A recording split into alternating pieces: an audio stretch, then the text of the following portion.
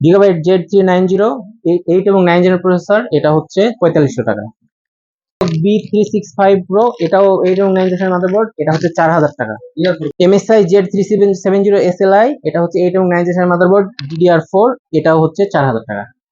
81 4th generation motherboard, DDR3, এটা হচ্ছে 1800 টাকা।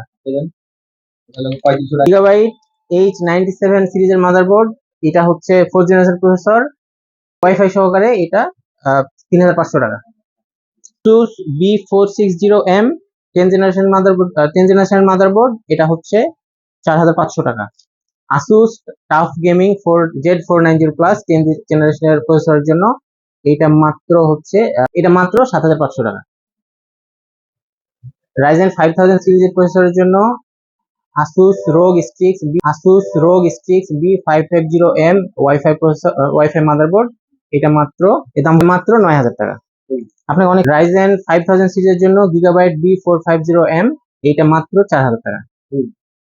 Ryzen 5000 সিরিজের জন্য MSI Bazooka Plus B450M, এটা মাত্র 1500 টাকা। গিগাবাইট H110 DDR4 6th জেনারেশনের মাদারবোর্ড, এটা মাত্র